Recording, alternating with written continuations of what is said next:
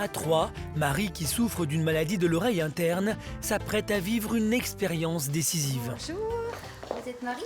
Oui, Bonjour, Marie enchantée. Declerc. Bonjour. Sur les conseils de son médecin, elle a fini par accepter de tester pour la première fois une prothèse auditive. Et c'est vrai que j'ai fait un gros travail sur moi pour franchir le pas. Ça paraît banal pour certaines personnes, mais moi je le ressens comme ça. C'est très dur.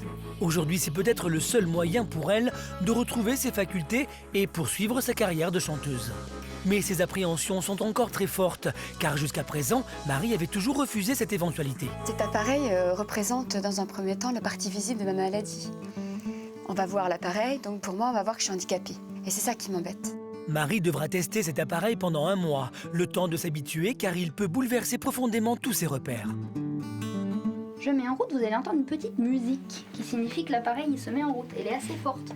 Bonjour. Les effets sont immédiats. Marie redécouvre des sensations qu'elle avait totalement perdues. J'ai pas la même voix. Ça me fait une voix un petit peu radio. Et on dirait ça me fait un petit écho. Alors j'étais en mono avant. Et là je suis en stéréo. Et la voix de monsieur? Ah, il n'a pas encore parlé. Alors, bonjour madame. C'est pas mon mari. Mais après quelques minutes d'euphorie, Marie est brusquement prise d'une crise de vertige. Par chance, le vertige s'est déclenché alors que Marie était assise. Non, ça va aller, ne vous inquiétez pas. J'ai l'habitude. Oui. Oh, c'est pénible.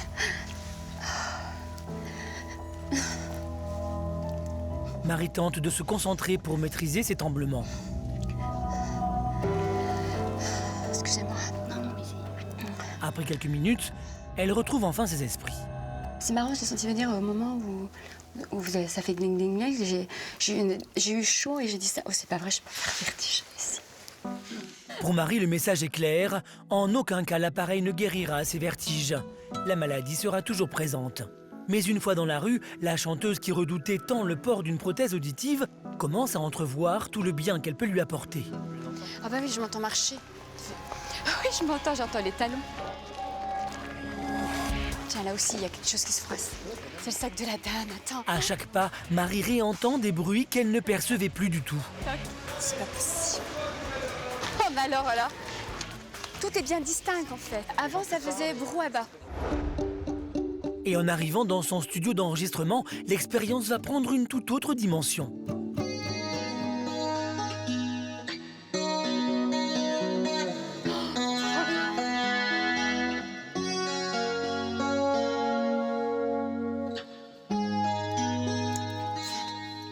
Et ta guitare, elle a plus le même son. C'est carrément plus le même son. C'est-à-dire... Ah ouais, non, tu mets ta... J'entendais pas ça, moi. C'est bien, comme ça, moi aussi j'ai passé une autre étape, je vais pouvoir travailler correctement en disant maintenant tu entends et puis... Attends, je vais me faire pardonner. Je me vais pardonner. Je t'aime.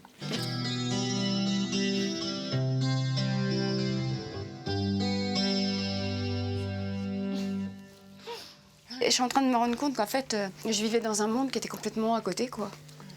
Je suis en train de découvrir autre chose. Marie est submergée par l'émotion, impossible pour elle de chanter. Bah oui, mais bon, je peux rien. Soudain, elle réalise que cet appareil risque de lui changer la vie. Là, je me dis, mince, j'ai l'impression que j'ai perdu, je sais pas, moi, j'ai perdu 10 ans de ma vie, peut-être, je sais pas. Pas 10 ans, mais surtout ces dernières années, quoi. Mais en fait, le son, je l'ai perdu tout doucement. Mais sa guitare, c'est vrai que je l'ai jamais entendue comme ça. T'as fait des progrès, en fait.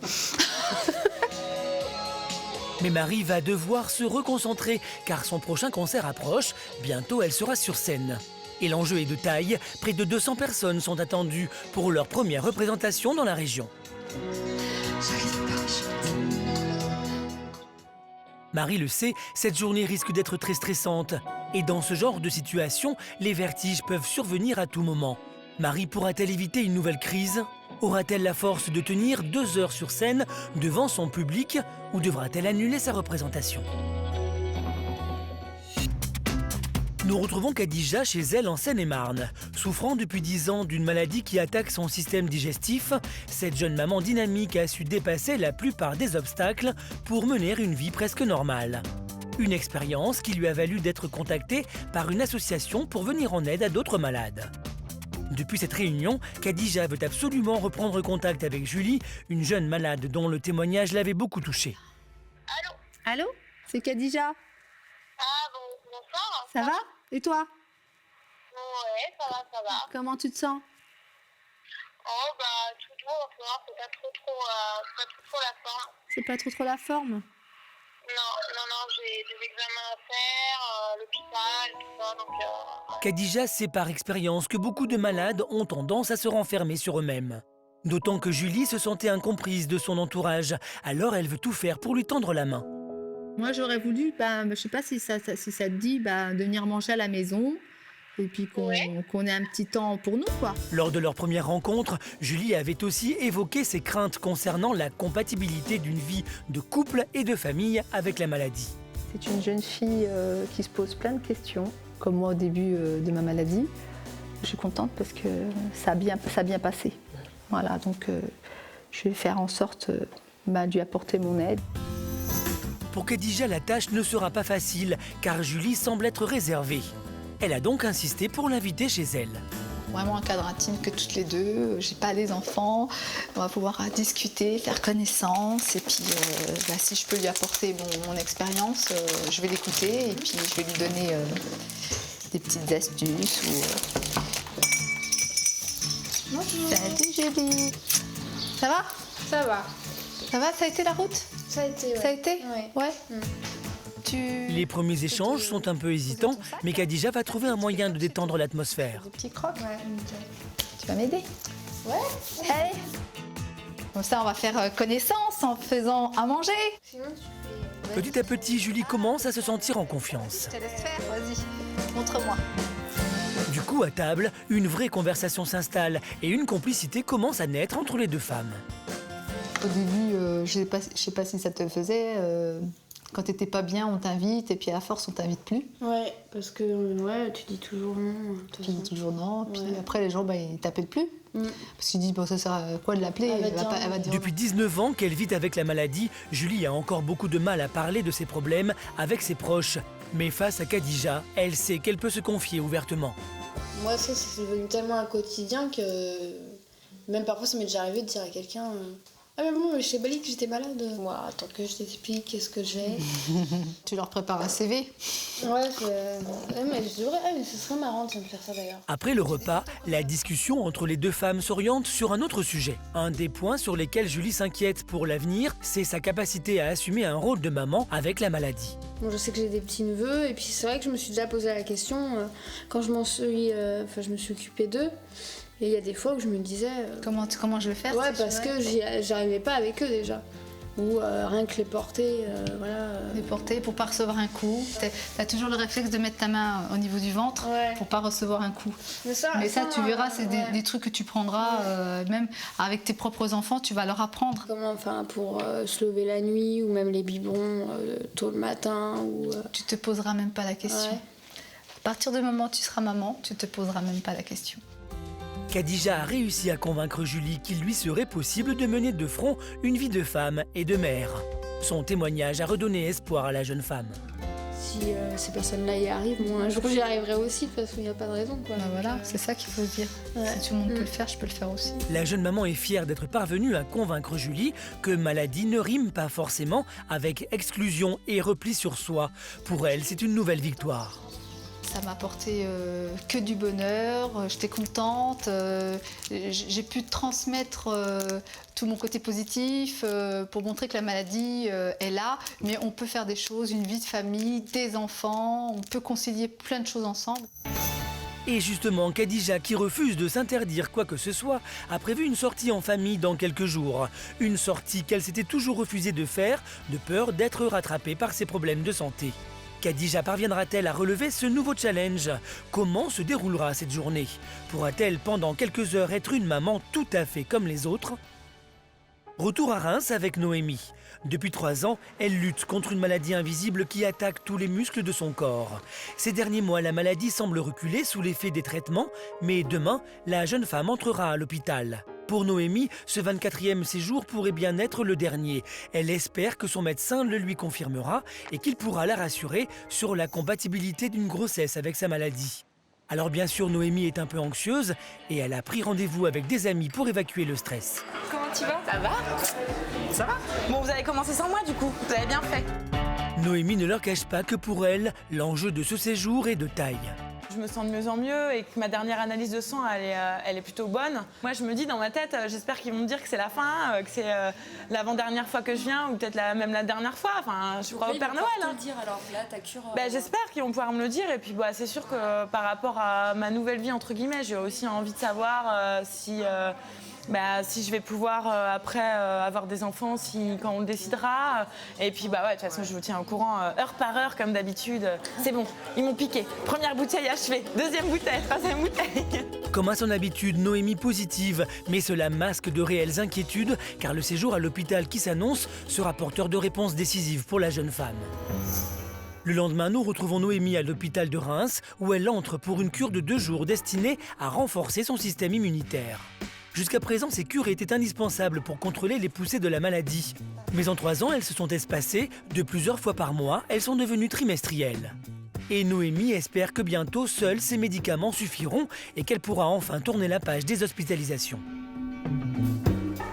Bonjour. Bonjour mademoiselle Ferry. Je viens chercher ma petite chambre pour le week-end. Eh ben c'est parti, on y va. Vous allez bien? Ouais, ça va, merci et vous? Oui, ça va. Toujours aussi belle? Oh, merci. Je vous laisse vous installer. Merci, c'est gentil, ça va aller. Nickel. Hospitalisée régulièrement depuis 3 ans, Noémie connaît toutes les astuces pour rendre son séjour plus agréable. Alors, tout mon petit matériel. Les chargeurs de téléphone, c'est important. Deuxième truc, c'est un couteau. Bon, je ne vais tuer personne dans l'hôpital, mais j'ai des difficultés musculaires, donc c'est compliqué pour moi d'ouvrir les plateaux repas, en fait, qui sont sous vide. Donc du coup, avec un coup de couteau qui coupe, c'est plus facile qu'avec le couteau de l'hôpital. Donc ça, c'est des trucs que j'oublie jamais. Bonjour Madame Ferry. Bonjour. Je viens vous perfuser. Je vous attendais. Ça va? Ça va, et vous? Depuis la dernière hospite. Oh oui, ça va. Voilà. Donc là, on en a 7 encore aujourd'hui. Ouais, 7 aujourd'hui, 7 demain. Ok. Bon voilà, il n'y a plus qu'à. Hein. Il n'y a plus qu'à. En 2 jours, 14 bouteilles de globules blancs seront diffusées dans le sang de Noémie. Et comme il faut 1 heure pour chaque bouteille, c'est le début d'une longue attente. Autant de temps que Noémie va passer loin de Maxence. On s'est dit au revoir ce matin. Alors, c'est la 2e fois qu'il me voit partir à l'hôpital. Et la première fois, on n'habitait pas ensemble. Donc, c'est un petit peu différent parce que là, il m'a vu préparer les affaires. Il m'a dit on part encore. Je lui ai dit non, pas encore. Ça, c'est pas tout de suite.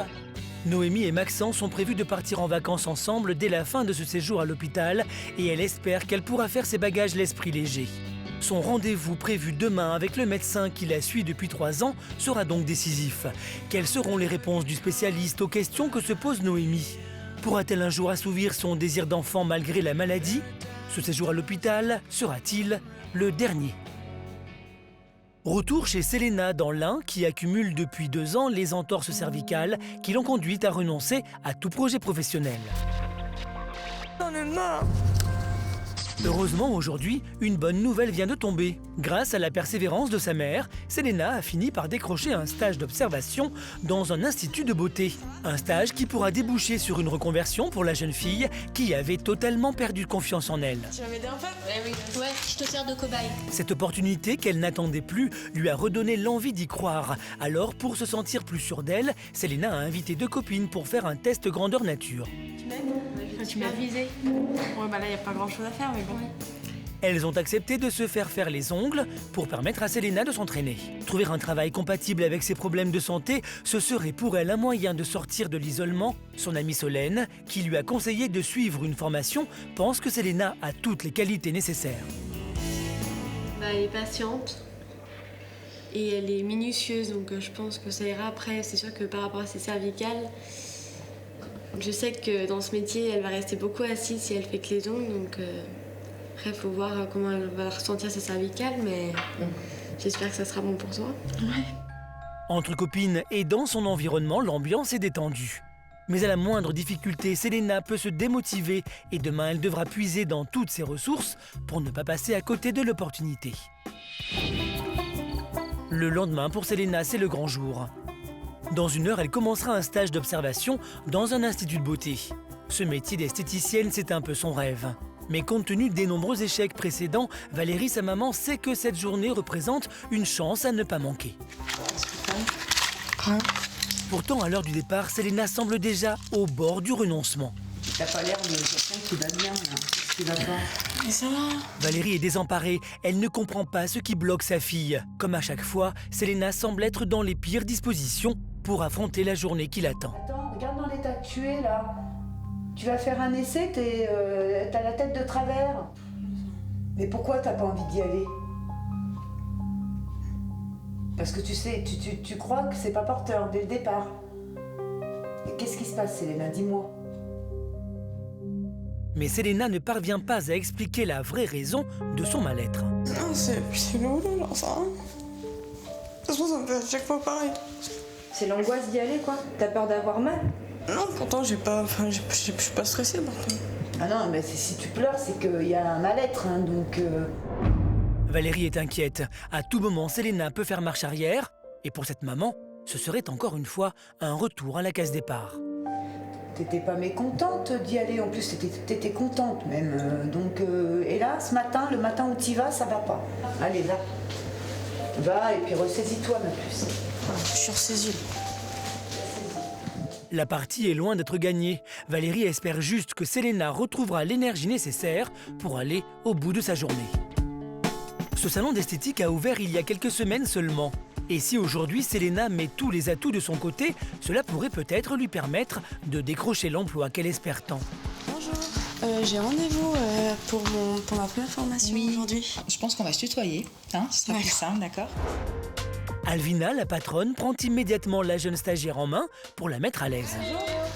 Et tandis que les premières clientes arrivent, Selena retrouve progressivement le sourire. Je te présente Selena. Je viens passer une matinée avec nous pour découvrir un peu... Les ongles. Voilà, les ongles. Donc voilà. On va s'installer? On y va? Allez, go. Selena va d'abord observer attentivement les gestes de l'esthéticienne. C'est un moyen pour elle de se mettre en confiance. Selena, est-ce que ça te dérangerait pas de prendre le petit présentoir, en fait, là où il y a tous les gels? Les clientes se succèdent et petit à petit, Selena trouve sa place. Moi, je pose en haut et je redescends en bas pour pouvoir bien avoir la colle qui se répartit de partout sur l'ongle. D'accord. Ça te dit? Ça me dit. Allez, vas-y. En fin de journée, Alvina lui propose de passer à la pratique. On peut passer du dissolvant Voilà. pour nettoyer l'ongle. Donc on prend ça. Allez. C'est la patronne elle-même qui va juger. Voilà. En s'exerçant, Selena a même compris que ce métier pouvait être compatible avec ses problèmes de cervicales. Là, ça va, mais il me faudra un siège qui est plus adaptable. Parce qu'il faut que je puisse mettre la tête. Ouais. En fait, il te faudrait limite un fauteuil de bureau. Ouais, voilà, ça c'est parfait, c'est histoire de pouvoir le régler un peu. L'accueil attentionné d'Alvina aura payé. Selena semble plutôt à l'aise dans cet environnement. Ça va? T'as compris un petit peu ce qui s'est passé et tout? Ça va? Ça t'a plu ou pas? Ouais, Au final, la jeune fille repart pleine d'espoir, d'autant qu'Alvina lui a proposé une formation pour approfondir cette première expérience. Merci. À bientôt. À bientôt. Merci. Elle peut désormais espérer se reconstruire dans un projet professionnel. Peut-être le début pour Selena d'un retour à une vie normale après 2 ans d'impasse. Nous retrouvons Marie dans l'Aube, près de Troyes. Aujourd'hui pour Marie, c'est un jour important. Ce soir, elle doit monter sur scène pour plus de 2 heures de concert dans une église à l'occasion des Journées du patrimoine. Un événement à ne pas manquer pour se faire un nom dans la région, car près de 200 personnes sont attendues. Si grâce à son appareil auditif, elle a trouvé un moyen de pallier à sa surdité, Marie sait qu'elle peut encore être rattrapée par ses vertiges très violents. Et c'est ce qu'elle redoute le plus, car cela pourrait compromettre sa prestation. Ce concert, je l'appréhende comme tous les concerts d'avant, quoi. C'est la peur de faire un vertige, de perdre d'équilibre et puis d'annuler le concert. Bonjour, je vous fais un bisou après. Pour ne pas être victime d'une crise, Marie doit impérativement éviter le stress. Et pourtant, prise dans l'effervescence de cette première représentation, elle ne fait rien pour se ménager. Je suis épuisée, là. Pour que tout soit prêt à temps, Marie est obligée de mettre la main à la pâte et très vite les premiers signes alarmants commencent à apparaître. Tout à l'heure j'étais baissée, enfin quand je suis baissée ça va pas. Et je me suis relevée, ça me faisait un petit peu comme si j'allais faire un vertige en fait. Ça vient peut-être de l'appareil. Si le stress continue à monter, cela pourrait provoquer de graves crises de vertige et même compromettre le concert. Mais pour Marie, la journée est loin d'être terminée et déjà au bout d'une heure, elle a atteint le point de rupture.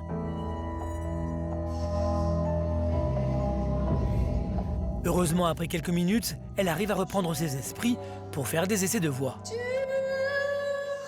T'as touché quelque chose là? Non. Oh, j'ai pas eu le même son.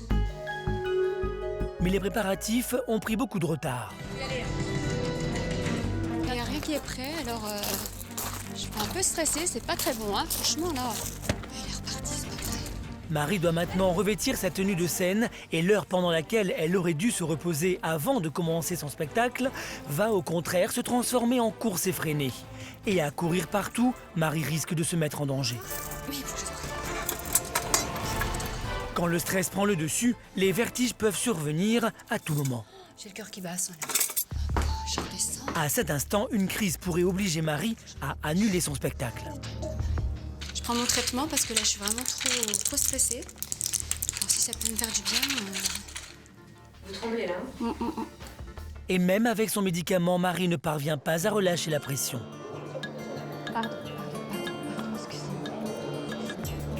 Pendant ce temps dans l'église, le public est déjà là et tout le monde attend avec impatience la prestation de Marie et Alain. Dans quelques instants, Marie devra rentrer sur scène. Parviendra-t-elle à surmonter ses vertiges? Khadija, elle, réussira-t-elle à relever le défi qu'elle s'est lancé par amour pour sa famille? Et comment Noémie réagira-t-elle au verdict de son médecin?